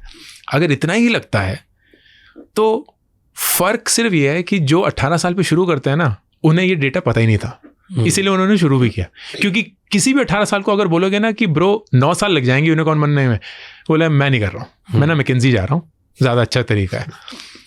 लेकिन जब उन्हें पता ही नहीं होता ना, तो वो बस घुस जाते हैं, क्योंकि उन्हें लगता है कि 2 साल के अंदर हो जाएगा। एंड जब हो जाता है तब उनको लगता है कि हाँ यार पहुंच ही गए, 2 साल भी होना। सो वक्त उतना ही लगेगा, सिर्फ द अवेयरनेस की उतना वक्त लगेगा and the decision to make it happen, और द लैक ऑफ अवेयरनेस और इग्नोरेंस कि यार पता ही नहीं है कि कितना वक्त लगेगा, तो घुस जाओ क्योंकि वो दिमाग बंद करके अंदर जाना है। That is the key difference. I don't think कि आप किसी भी लेजिटिमेट तरीके से इस जर्नी को शॉर्ट सर्किट कर सकते हैं या रिड्यूस कर सकते हैं। This is the rite to passage. ये आपका ना बैप्टिज्म बाय फायर है, इससे आप एस्केप नहीं कर सकते। जो जिंदगी में सही चीज़ें आएंगी वो वक्त के साथ ही आएंगी। एंड आपको भी 3 साल हो गए करते हुए, एंड मैं चाहूँगा नहीं, बट लेट्स से 4 साल बाद when you are really at a very very big level, house of x भी बिग हो चुका होगा, of course राजशमानी will be big, figuring out will be big, ये सब चीज़ें, देन यू लाइक हाँ यार 7 साल लग ही गए। लाइक कहते रहे और करते रहे और जुनून तो था कि 3 साल के अंदर कर लेंगे, 4 साल के अंदर कर लेंगे, लेकिन ना 7 साल लग ही गए। But you didn't regret those 7 years and at no point of time did you feel बहुत हो गया यार, अब और नहीं कर सकते, क्योंकि वो मोमेंटम बने जा रहा था, वो लगे रहे। That I feel is the truth. And इसीलिए नॉट सरप्राइजिंगली डेटा यही सजेस्ट करता है कि सक्सेसफुल स्टार्टअप्स का प्रोबेबिलिटी ऑफ सक्सेस एज के साथ इंक्रीज होता है। ये यूएस में बहुत डेटा है जो प्रूव कर चुका है। एज के साथ मतलब एज ऑफ द फाउंडर और age of the founder. Oh, so the average age of success is 35 to 37 years of the founder. ये है व्हेन द प्रोबेबिलिटी, तो एक पीक है, उसको आप प्लॉट करेंगे तो पीक जो होता है वो 35 to 37 years of founding age पे होता है। कि अगर, एंड इट डजंट मैटर कि उनका पहला स्टार्टअप है या चौथा स्टार्टअप है, सो इमटेरियल कि कितने स्टार्टअप वो पहले कर चुके हैं या कुछ भी नहीं किया है। 35 to 37 is the sweet spot जब स्टार्टअप स्टार्ट करते हो तो, जब आपकी प्रोबेबिलिटी ऑफ सक्सेस सबसे हाई होती है। एंड फिर लोगों ने उसको आप ट्रायंगुलेट या प्रेडिक्ट करने की, कुछ एक्सप्लेन करने की कोशिश करी कि ऐसे क्यों होता है। सो मल्टीपल चीज़ें कि एक्सपीरियंस ज़्यादा है, मेच्योरिटी ज़्यादा है, बहुत कुछ कर चुके हैं। पर मुझे जेन्युइनली ऐसा लगता है कि एक बहुत सिंपल चीज़ जो बहुत मुश्किल होगी अकाउंट कर पाना या कैलकुलेट कर पाना, is they are okay with how much time it will take to succeed. और 25 साल की उम्र में ना 7 साल का कमिटमेंट दे पाना बहुत मुश्किल होता है, लेकिन 35 साल में 7 साल का कमिटमेंट दे पाना आसान होता है। तो वो 7 साल का मतलब 7 ही तो साल हो रहे हैं, 35 जी चुके हैं, कुछ ज़्यादा तो खड़ा नहीं है, 7 और कर लेंगे तो शायद पहुंच ही जाएंगे। क्योंकि ये अली अब्दाल से मैं मिला था अभी लंदन में, and I told him this which I thought was a very simple thing to say, but it struck him, to Ali Abdaal, and maybe it struck him because he's also 27 and I'm 44, तो दरमियान बहुत है। I said, Ali, last man standing is actually a strategy. It's not an approach, it's a strategy. कि मैं अंत तक खड़ा रहूंगा, क्योंकि बाकी लोग ना या तो मर जाएंगे या थक जाएंगे, लेकिन अगर मैं अंत तक खड़ा रहा ना, मैं जीत जाऊंगा। एंड जिंदगी में आप कभी भी किसी भी चीज़ को उठा के देख लीजिए, last man standing is actually a strategy. कि जो अंत तक खड़ा रह गया ना, वो जीत जाता है। ज़रूरी नहीं है कि वो सबसे टैलेंटेड था, ज़रूरी नहीं था कि वो सबसे शार्प था, ज़रूरी नहीं था कि वो सबसे एक्सपेंसिव या चीप था या कुछ भी और, वो सिर्फ अंत तक खड़ा रहा। तो survival is the surest way of succeeding. तो बहुत लंबा आंसर दे दिया, बट आंसर यही है। But a question on this, हाँ जी। and I agree with what you're saying, but my 20s brain. Please yes. Okay. कुछ लोग जल्दी कर लेते हैं लाइफ, तो वो क्या, would you account that to just luck? Yes, it's mostly luck. जब आप देखते हैं ना यार, 19 साल में किसी ने उखाड़ लिया, 25 साल में लोग ना, मार्क ज़करबर्ग 27 साल में यंगेस्ट बिलियनर वगैरह वगैरह, you don't know what are the unexplained factors that set him up for that success, which so many people never had access to. Like Bill Gates की कहानी जब हम सुनते हैं, उसने खुद ही बोला है कि मैं एक ऐसे स्कूल गया जहां एक कंप्यूटर था। कितने स्कूल थे उस समय पे जहां बच्चों के पास कंप्यूटर था? उसके पूरे शहर में इकलौता स्कूल था। Exactly. How did that set him up? ऐसा तो नहीं है कि वो सारे बच्चे टेक्नोलॉजी एक्सपर्ट्स बन गए, नहीं। उसकी जिंदगी में कुछ और भी था जो सिर्फ उसी के लिए था, और कुछ और भी था जो सिर्फ उसी के लिए था, और कुछ और भी था कुछ इसी के लिए। तो फनल छोटा छोटा छोटा होते हुए ऐसा रह गया कि शायद 2 बच्चे उसमें से निकले होंगे, जिसमें से एक बिल गेट्स था। The chosen one. The chosen one, the lucked out ones. And फिर ऑफ कोर्स मेहनत है, शिद्दत है, परिश्रम है, वो सब है। लेकिन क्योंकि हम लक को मेजर नहीं कर सकते ना, तो हम उन चीज़ों को इतना डिसमिस कर देते हैं। And I don't want to dismiss it as saying कि यार ये हासिल नहीं हो सकता, because that's a defeatist approach. तो ये नहीं है कि जो अपने 20s में बहुत जल्दी हासिल कर लेते हैं उनसे हम कुछ सीख नहीं सकते, लेकिन ये भी उतना ही ज़रूरी है कि उनके साथ कुछ ऐसा हुआ है जो आपकी ज़िंदगी में शायद नहीं हो सकता और आप हासिल भी नहीं कर सकते। एंड इसका मतलब ये नहीं है कि आप कभी भी उस मकाम पे पहुंच नहीं पाएंगे। शायद वक्त ज़्यादा लगेगा, लेकिन the impossibility of that is not the truth. Fair. बहुत टाइम लगेगा यार एक 20-year-old को ना ये सब, I totally agree. I was, and I'm just staying true to what my feelings are. Like honestly, I can मतलब मैं पहले करता था कि I used to pretend to be like, yeah, I understand and this and that, and I can do the same thing right now. I can pretend to be wise and take all of it, and I'm like, no, I'm not like this at this point. Yeah, exactly. Maybe one day I'll understand, but my brain right now functions in that way. There has to be a hack which I will find out, and I also account 99% of whatever I'm doing and I've done is luck. 1% is me putting the effort. Agreed, and that happens with everyone's life. But I think that 1% has so much power that it can change a lot of things. नहीं, it's quite possible, यार, बिल्कुल बिल्कुल। But there's, according to you, there's no hack. That's coming back to, yeah, that's the heartbreaking news that I give to people. मेरा वही काम है ना भाई, वो एजुकेटर का वही काम है। Like you will come in like, yeah, pro hack है, हम साथ में जैम करके ला सकते हैं, तू सोचना इसके बारे में, करेंगे। I will like, देखो हैक नहीं है, लेकिन लिखा हुआ है, यही करना पड़ेगा तुम्हें, सब कुछ लिखा हुआ है। I love this approach, guys. अगर आपको लग रहा है कि उम्मीद है और कल हम फोड़ देंगे, तो प्लीज मेरे चैनल को सब्सक्राइब करो, आओ साथ में फोड़ेंगे। अगर आपको लग रहा है आपने फोड़ने की कोशिश करी और होपलेस हो गए, तो प्लीज ये वाला चैनल ये आपको वापस ले आएंगे। अंकुर आपको वापस ट्रैक पे लेके आएंगे, प्लीज। हम दोनों एक दूसरे को सपोर्ट करते रहते हैं, क्योंकि ऐसे ही जाएगा। बहुत ज्यादा लग रहा है कि अंकुर स्लो चल रहा है, आ जाओ। Exactly. This is good. I like this. Next time I'm going to say this to people. Yeah, that's right. That guys. I'll give you a very good example of this. You are, for people, a friend. I am a teacher. Here's the difference between a friend and a teacher. You are growing in life. तुम भी चीज़ें सीख रहे हो, तुम शायद कभी शादी करोगे, फिर शायद बच्चे होंगे, you will grow as a person, you will change as a person. And तुम्हारी ऑडियंस ना तुम्हारे साथ साथ चेंज होगी और तुम ऑडियंस के साथ साथ चेंज होगे, तो तुम दोस्त के जैसे ना जिंदगी साथ में जियोगे। तो अभी पैसा ज़रूरी है, पैसे के बारे में, फिर रिश्तों के बारे में, फिर बच्चों के बारे में, फिर कुछ और। मैं एक टीचर हूँ, मैं उनका दोस्त नहीं बन सकता कभी। मैं उनको वही घिसा पिटा कॉन्टेंट बार बार बताता रहूँगा, क्योंकि मैं क्लास सिखा रहा हूँ, और वो क्लास बाय डिज़ाइन किसी पॉइंट पे खत्म हो जाएगी। एंड मैं अक्सर लोगों को बोलता हूँ, जिस पॉइंट पे आपको मेरा कंटेंट रेपिटेटिव लगेगा, congratulations, you have graduated from my class, please move on to the next teacher, और मैं किसी और शिष्य को अपनी क्लास में लाऊंगा।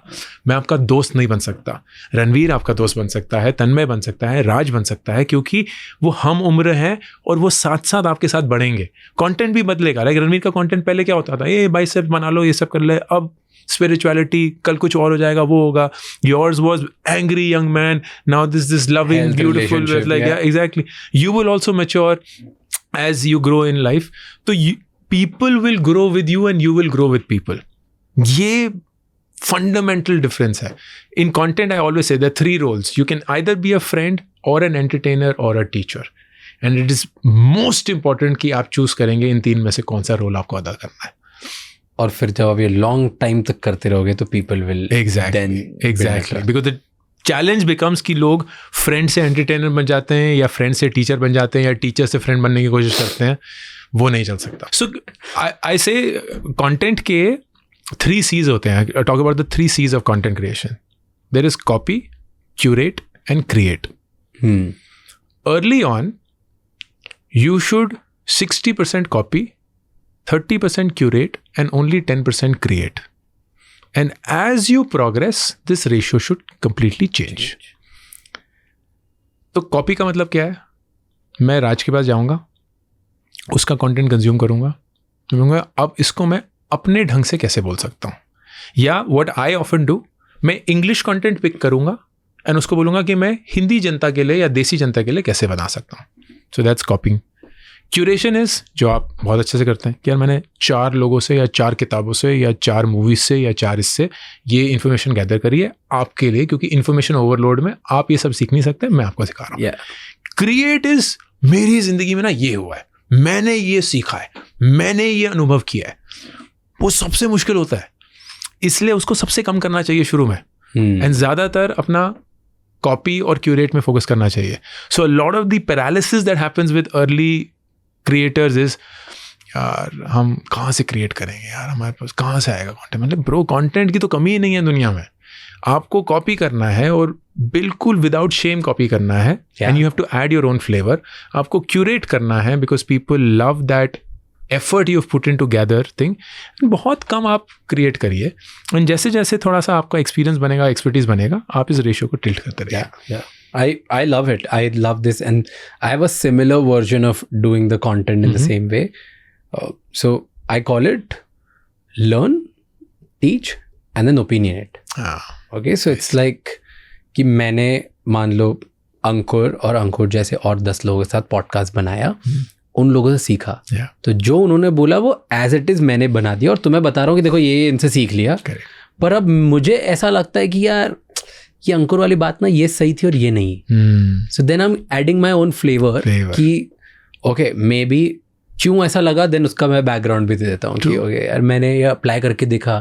For example let's say time management, organizing, मेरे को नहीं जमा, मेरी लाइफ में तो नहीं सही हो पाया, मे बी मैं कुछ फंडामेंटल मिस कर रहा हूँ या नहीं.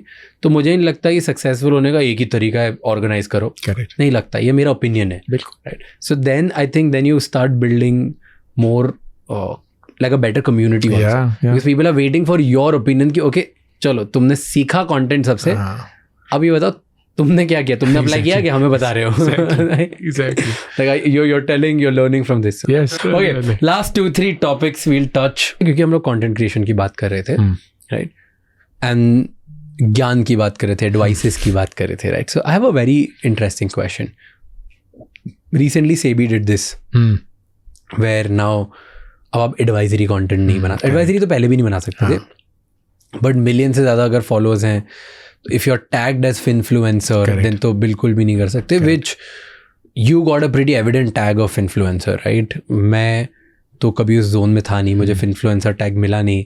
मैंने I was very happy that way कि चलो अच्छी बात है, बिकॉज मैं बीच में थोड़ा बहुत बनाया था content on finance and stuff, but it was also very personal journey type, not a hardcore content like you make or Sharan makes, right? Or Rachna makes. Do you think it affects you now?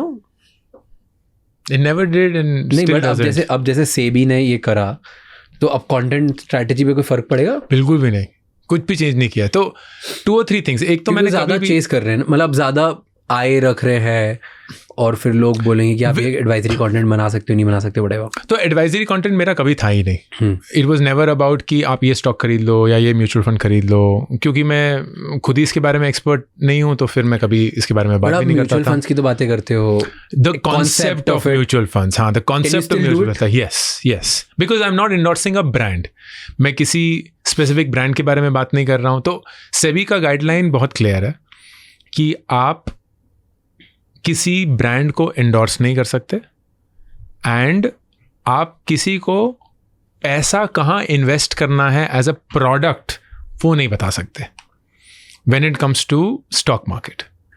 तो आप ये नहीं बोल सकते HDFC खरीदो, SBI खरीदो, आप ये नहीं बोल सकते ज़ीरोधा पे जाओ, ग्रो पे जाओ। तो अब आप फिनटेक ब्रांड्स प्रमोट नहीं कर सकते। तो फिनटेक ब्रांड्स वैसे भी हमने बहुत कम कर दिए थे, पर हाँ अब कायदे से नहीं हो सकता। सो फॉर एग्जाम्पल लेट्स से एक स्मॉल केस है, हाँ, right, because I am talking about that's one of the safest let's say fintech company to promote, fintech startup to promote, right, क्योंकि वो बहुत पर्सनलाइज है, स्मॉल केस है, उसमें थीम्स में डालो, बढ़िया है, ग्रेट है। exactly. मुझे लगता है कि रूरल इंडिया बढ़ता है तो मैं तो डाल रहा हूँ, तुम देख लो, you can slide by it, right. तो आप स्मॉल केस प्रमोट नहीं कर सकते। Smallcase as a stock market investment नहीं, but smallcase from some other investment product yes, क्योंकि जैसे एक लोन अगेंस्ट म्यूचुअल फंड्स है, loan against mutual funds does not come under SEBI regulation, जितनी मेरी अंडरस्टैंडिंग है। वो एक डिफरेंट एसेट क्लास है, क्योंकि वो लोन्स इंडस्ट्री में आता है। तो वो अगर स्मॉल केस लॉन्च करता है, जो उन्होंने किया है, कायदे से मैं उसको प्रमोट कर सकता हूँ। अच्छा, अब वो बास्केट प्रमोट नहीं कर सकते, वो बास्केट नहीं प्रमोट कर सकते, राइट। ये नहीं बोल सकते कि हाँ ये small case, middle class small case ले लो, या ये जो भी आपका ऑल वेदर इन्वेस्टिंग है वो ले लो, ये सब अभी भी हम प्रमोट नहीं कर रहे हैं, बट बोल रहे हैं। exactly. तो ये सब चीज़ें नहीं, मतलब ये कर सकते हैं, बट बहुत ग्रे लाइन है, because it's still a advisory paper, it has not come out as a regulation as yet. Got it. तो but I stay clear of this, क्योंकि बहुत क्लैरिटी है कि कंटेंट से पैसा कमाना कभी ऑब्जेक्टिव था ही नहीं। ऑब्जेक्टिव हमेशा ट्रस्ट बिल्ड करना था, and the main focus is Webveda and education.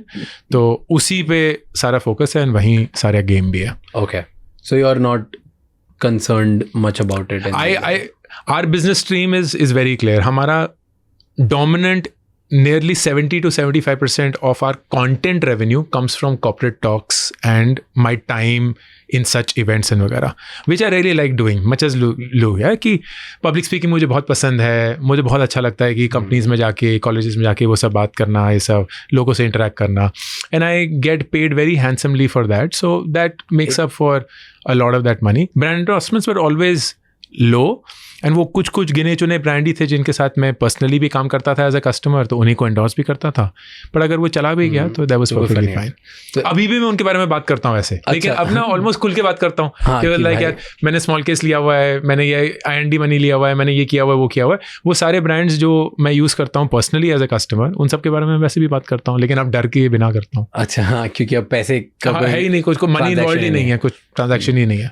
Fair and so you are not bothered about Personally, I'm not, क्योंकि ये मेरा गेम नहीं है, ये मेरा बिजनेस नहीं है। 75% of your money comes from corporate talk. Yeah. How much do you charge for a corporate talk? 9 lakhs per hour. 9 lakhs per hour. Yes. That's a pretty handsome amount. Yeah. That's in fact that's one of the I would think that's one of the highest in the country for keynotes for a non-presidential person. non-celeb. Celebs are crazy. But that's for them it's an appearance fee, not a exactly. education fee, not a talk. Exactly. Inspiration Like, this will be a talk. Like it will be मैं 1 घंटा बोलता हूँ. तो I want to talk about, because you talk a lot about money. So more than money, I want to talk about hustle culture. Sure. Okay. So and money, I'll touch it in this building wealth वाला sort. आप चलाते हो company जहां पर सब remote है, आपको लोग चाहिए नहीं। एक रूम में रहते हो, एक रूम में पूरी दुनिया ऑपरेट होती है आगे, करेक्ट, और पूरी टीम ऐसे जैसे बात करती है, सब जूम कॉल पे चलता है, रिमोट वर्क। मैं नहीं कर सकता ये। मुझसे हो ही नहीं सकता. Okay. Tell me now 3 things जो बहुत अनयूजुअल है आपकी सिलेक्शन प्रोसेस में, क्योंकि वो रिमोट वाले लोग ढूंढना है. ओ, ये तो मैं इस पे एक अलग से 3 घंटे का पॉडकास्ट कर सकता हूँ. सिर्फ 3 बताओ हाईलाइट चीज़ें. तो सबसे पहली चीज़, हम आपका लिंक्डइन पूरा करियर इसमें बनाया है. हम हर एक एप्लीकेंट को सबसे पहले एक सेट ऑफ 20 क्वेश्चंस भेजते हैं जिनका उनके काम से कुछ लेना देना नहीं है. वो इंसान कैसे हैं उसका लेना देना. तो ये 20 सवालों के थोड़ा एग्जाम्पल कि what's the worst thing about you, आपके बारे में सबसे बुरी चीज़ क्या है. Pick between speed and perfection, pick between money and power. 5 जो आपके सेंसेस हैं उसमें से अगर आपका एक सेंस चला जाएगा तो आप कौन से सेंस के बिना रह सकते हैं, इन क्यों. गुस्सा कितना आता है, कब कब आता है, इम्पेशेंट कब होते हो, क्यों होते हो. ऐसे सवाल है, बहुत कुछ जानने के लिए मिलता है. फिर हम उनको 2 इमोशनल टेस्ट भेजते हैं. पहला इमोशनल टेस्ट है कि आप इमोशनली कितने डिसरेगुलेटेड या रेगुलेटेड हो. मुझे इमोशनली डिसरेगुलेटेड पीपल्स के साथ काम करना आता ही नहीं है. डिसरेगुलेटेड मतलब उनको अपने इमोशंस पे कंट्रोल करना आता नहीं है. कि गुस्सा हो गए तो अब तो कंट्रोल के बाहर गुस्सा, कंट्रोल के बाहर. खुश हो गए तो कंट्रोल के बाहर खुश. काम पे बहुत अफेक्ट कर जाएगा. They don't know how to control. Right. तो they don't know how to regulate their emotions. दूसरा है अटैचमेंट स्टाइल. हर एक इंसान का एक अटैचमेंट स्टाइल होता है बेसिस कि उनकी बचपन में उनके माँ बाप से या उनके केयर टेकर से या केयर गिवर से उनको कैसा प्यार मिला, किस ढंग से मिला. तो सिक्योर, अवॉइडेंट, डिसमिसिव, एंक्शियस. तो हम सिर्फ सिक्योर अटैचमेंट स्टाइल्स को ही चूज़ करते हैं. ये है हमारा पहला फ़िल्टर. इसी से बहुत लोग छट जाते हैं. फिर आता है दूसरा, हम उनको एक टास्क देते हैं. ये टास्क उस पे नहीं होता कि उन्होंने ज़िंदगी में क्या किया है, उस पे होता है कि आप अगर इस कंपनी को ज्वाइन करेंगे तो क्या करना होगा. तो ये 1 या 2 हफ्ते का लंबा चौड़ा टास्क होता है. तो उससे भी कुछ लोग छट जाते हैं. फिर हम पहली बार उनका रेज्यूमे देखते हैं. उससे पहले हमने उनके नाम के बियॉन्ड कुछ नहीं देखा होता है. ना किसी ने उनसे बात करी होती है, ना हमने उनको चेस करने की कोशिश करी होती है. सब कुछ ईमेल पे होता है. तो आधे लोग तो करते ही नहीं होंगे. आधे लोग करते ही नहीं है. हम उनको चेस भी नहीं करते. मतलब प्लीज़, दैट्स परफेक्टली फाइन. आपकी चॉइस, आपकी ज़िंदगी, आपका करियर. जो लोग इन सारी 2 प्रोसेस के बाद रहते हैं उनके साथ हम 1-on-1 करते हैं. Usually around 5 to 7% people make it to the 1-on-1. उसमें से हम यूजुअली 20% सेलेक्ट करते हैं. तो मतलब 1% सिलेक्शन रेट है हमारा. ये हमारा पूरा हायरिंग प्रोसेस है. स्लो है बट बहुत बहुत कॉन्शियस है. एंड इसी के चलते I know that I will pick people जो फितरत में मैच करते हैं, जो वैल्यू सिस्टम में मैच करते हैं, जिनका टेम्परामेंट, जिनका एम्बिशन, जिनका स्टाइल ऑफ वर्किंग बहुत सिमिलर है. एंड इट डजेंट मैटर कि वो किस उम्र के हैं, डजेंट मैटर कि उन्होंने कॉलेज किया है, वो क्या कर रहे हैं, क्या नहीं कर रहे हैं, वगैरह वगैरह. And of course doesn't matter कि वो कहाँ रहते हैं, क्या करते हैं. None of that. And that is how we go through our hiring. बहुत बहुत अलग है. एंड ये पिछले 10 साल से करता आ रहा हूँ. So this is not a new phenomena. ये ग्रुप ऑन नियर बाय से इम्प्लीमेंट किया था. 2013 was when we first started. 11 साल हो चुके हैं ये करते हुए.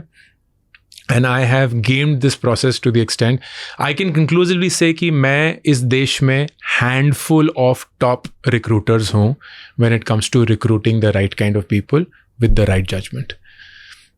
I very rarely go wrong with hiring.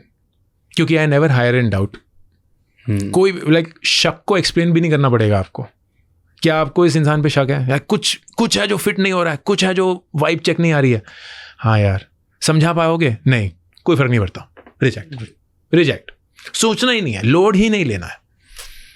And that is why of course it also helps कि हमारी बहुत छोटी टीम है. We are not very rushed. हमारा कोई सेंस ऑफ अर्जेंसी फेक नहीं है.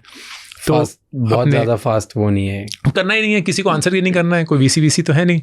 सब कुछ अपना ही है, अपना ही चलाया हुआ है, सब कुछ अपने ही टर्म्स पे है. So wildly different from what I did in the last 10 years that I learned it the hard way and उसी पे फिर implement किया. Okay. Last thing. What's your problem with hustle culture? क्या प्रॉब्लम है hustle culture से? Almost everything नहीं यार, मेरे को हसल कल्चर से प्रॉब्लम नहीं है, मुझे इस चीज़ से प्रॉब्लम है कि आप ये नहीं रियलाइज करते कि आप विलिंगली उस कल्चर में पार्टिसिपेट करना चाहते हैं कि नहीं. आपको ऐसा लगता है कि आपके पास चॉइस नहीं है, क्योंकि जो हसल कल्चर का पार्ट नहीं होगा वो जिंदगी में हार जाएगा, which is not true, absolutely not true.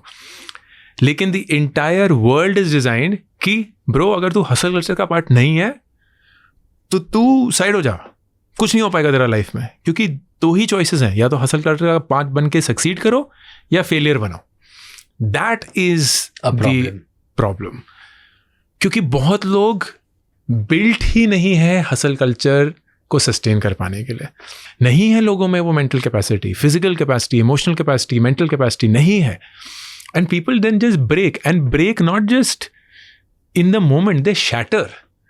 And फिर वो कभी अपने आप को गैदर नहीं कर पाते, क्योंकि उन्हें लगता है शिट वही एक चीज़ जो हमें पता थी वुड लीड टू सक्सेस हम नहीं कर पाए, तो अब तो हम परपेचुअल फेलियर हैं, अब हमारी ज़िंदगी में कोई होप नहीं रही है. And they are the ones who then suffer all through life, because then they settle for toxic jobs, toxic relationships, believing that they are not good enough to get what they deserve. एक बहुत खूबसूरत line थी, perks of being wallflower. You accept the love that you think you deserve. You accept the love that you think you deserve. And what that means is कि हम हमेशा वही प्यार कबूल करते हैं जो हमें लगता है हम जिसके काबिल हैं, जिसके लायक हैं. तो जब आप एक टॉक्सिक रिलेशनशिप एक्सेप्ट करते हैं ना, आपको कहीं लगता है कि आप उससे अच्छा कर ही नहीं सकते, आपको उससे अच्छा मिल ही नहीं सकता है, आप उतने अच्छे हैं ही नहीं कि आपके लिए कोई इस इंसान से अच्छा इंसान बना है. एंड वो तभी होता है जब आप खुद पे ही भरोसा छोड़ चुके हैं, उठा चुके हैं. और वो क्यों होता है? क्योंकि आप ज़िंदगी में हार गए हैं, या लोग आपको बोलते रहे कि आप हार चुके हैं, लोग आपको बोलते रहे कि आप सही नहीं कर पाएंगे. तो वही मेरा एंगस्ट है हसल कल्चर का, कि वो सिर्फ एक ही पाथ नहीं है. It works for a lot of people, but it doesn't work for a lot of people, and you will still make it in life. Fair, I agree to this. I wanted to know, because मुझे बड़ा हासिल करने में मजा आता है, and दिखता है मैं and you good with it, right? तो ऐसा लगता है कि you are made for it, that it is natural to you. तो you are not pretending to be somebody else. Exact, like मेरा भी 20 ईयर का ही होराइजन है, 30 ईयर का, 50. आई थिंक अबाउट कि ओके इन अ डेकेड मैं क्या करने वाला हूँ, और टाइमलाइन की मुझे कोई उस चीज़ में जल्दी नहीं है, right? But because I M design this way कि मैं हर साल ऐसे करता हूँ कि मेरी पिछले 10 साल की मेहनत इसमें लगी मुझे. I want to go every year. I say this that, have you heard that it's till day 1? I live by that. I'm like, today I want to work way more than last year. Yeah. This year, this new year, I will say that I want to work way more than last 10 years. To me, that drives me. And I'm designed that when if I'm not doing that, I don't like it. It's just, I don't know how I'm built this way. And I don't say this to anyone else. With people who are working with me, all the people, everybody, they know when they say that, hey, मैं अपने friend की wedding attend कर रहा हूँ. I'm like, yeah, chill. I won't text them. I will wait for them to come back and do it. It's not that you have to hustle with me. Like, no, I know what you do. So that all is there. Respecting everybody, and I know not everybody is built for it. Not everybody is designed for this, right? In fact, the one test which I do every 4 to 6 months in the organization with the people who are working, in some form or way, I ask people, not me directly, but some of the other team member will ask a team member, okay, do you want to, next 6 months, do you want to hustle, right? Or you want to take it easy? So that we are clear. Nice. This has nothing to do with your growth or you as a person or your capabilities. But this has everything to do with, we know what kind of role to give you for next 6 months. Correct. And it can keep changing because I know that I am perpetually this crack person who wants to hustle 24/7. not everybody will be. And there are people in the org who are bigger hustlers than me. Yeah. I see them working late than me also, and they're like, this is life. So to me, that is very fascinating.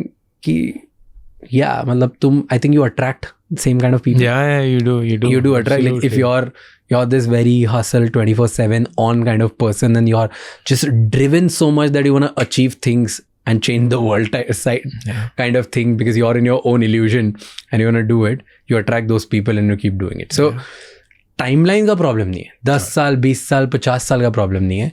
ये भी problem नहीं है कि दूसरे क्यों नहीं कर रहे हैं और तुम लूजर हो, नहीं हो, कुछ नहीं. इट्स जस्ट मैं डिजाइंड ऐसा हूँ, तो मुझे ऐसा लगता है कि क्यों मुझे लोग बोल रहे हैं कि यार तू गलत कर रहा है. क्यों गलत कर रहा हूँ? Like because if you look at internet, the moment you tell people that you want to work 18 hours, you want to work 20 hours, they shat on you. Yeah. मतलब तुम्हें, you know, we saw that what Narayan Murthy, बेचारा ऐसे फंसे. What happened, right? It happened with me once, then happened with Shantanu, happened with like multiple people. And I'm like, यार उन्हें वही तरीका आता है, तो बोल रहे हैं कि उन जैसे उन्होंने वो सक्सेसफुल बने. हाँ, करेक्ट. तो उसके हिसाब से अगर हर किसी को उनके जितना सक्सेसफुल बनना है, तो ये करना पड़ेगा. That is the price. Correct. That you have to pay according to him. There can be people जो उनसे ज़्यादा सक्सेसफुल होंगे और वो सिर्फ 4 घंटा काम करते होंगे. Correct. There is possibility. Yeah. But that's according to him, and that's similarly according to me, and similarly according to Ankur. So I think people should respect that. And at the same time, I think you have a very fair point where people start feeling that अगर हम hustle नहीं कर रहे हैं तो हम क्या loser हैं क्या लाइफ में. So I go with that saying that okay, मैं हसल कर रहा हूँ और मुझे लगता है मैं इसी से जीतूंगा क्योंकि मुझे मज़ा इसमें ही आता है. अगर तुम्हें मज़ा आता है तो तुम करते जाओ, क्योंकि ये मुझे समझ में आ गया कि जिस चीज़ में मज़ा आएगा उसी से जीतोगे. True. That is just so. Like there is no right or wrong way.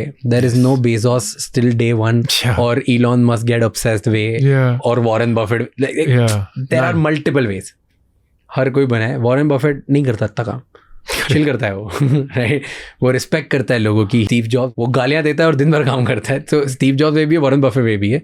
You decide if you are enjoying one way, you should just choose that way and keep doing it. That is the absolute ultimate game. Well, it's never ending with you. I didn't even open this, and my incident with you was you inspired me and motivated me to do something which I've never shared in public I ever. would love to know. So I don't watch much of your content on YouTube because I'm not a YouTube consumer. Okay, I'm a very podcast sort of consumer. YouTube पे podcast देखूंगा और Instagram में watch your content. Okay, so reels वगैरह stuff. None of that inspired me. As much as I met you in a hotel in Delhi. Yes. For 2 minutes. Yeah, I remember that. You were there. It was night, I think. Yeah, you'd come from shooting some podcast at the North Vlog or South Vlog or something. I remember. Yes, like I remember. 11, 12. शाम हो रही थी, रात हो रही, बड़े बारे में. I was there. And I met you. 1 second के लिए मैं पहचान नहीं पाया. Okay. Because I got down and you were so goddamn fit. To me, that blew my mind. And if you've told this enough on public platforms, I think you're in your 40s and you were like, you look like this guy who has like 6 abs and stuff. मेरी फट गई. भाई, like this is what I am not as fit as him in my 20s, and this guy is. So that inspired me a lot, and I started doing so much consciously for health. That is because so many people. So because it was on my head already कि मुझे health करना है, but I saw you. That was the day I started calling doctors on my podcast. Wow. I started getting people on my, and if you'll see, I remember this was Nitin Gadkari's episode. Yeah. Right, Nitin Gadkari वाले time पे था मैं उस time आपके आया था. बिल्कुल. And Nitin Gadkari ji के बाद if you look my podcast के 10-12 पॉडकास्ट के बाद से मेरे हेल्थ वाले podcast I can totally now relate to that. Wow, that is crazy. So you inspired me on that. That is crazy. I am so happy you shared the story, man. And then I've started taking care of my health after that. That is so, it shows. It really shows. Like you look like you're somebody who is conscious of your health and taking care of it. And इतने hustle में ये कर पाना ना बहुत मुश्किल होता है. तो credit to you that you're doing it. Thank you so much for doing No, this. absolutely. Thank you, Thank man. you for बहुत मजा आया. inspiring and talking. I would love to have this again. Whenever Totally. you're here, I can talk to you on multiple things. We should totally Let's do that. data-driven kind of stuff. Okay, हाँ, we should do that. ये हम डालते हैं podcast, फिर इसकी बहुत सारे shorts clips कटेंगे जो सबसे ज्यादा चलेंगे उन टॉपिक्स पे डीप उसमें डाउन घुस जाएंगे. बस. ठीक है. Perfect. Done. Very Let's good. do That's that. the way to do Perfect. it. Thank you, man. Thank you. All the best. Thank you so much for watching this episode till the end.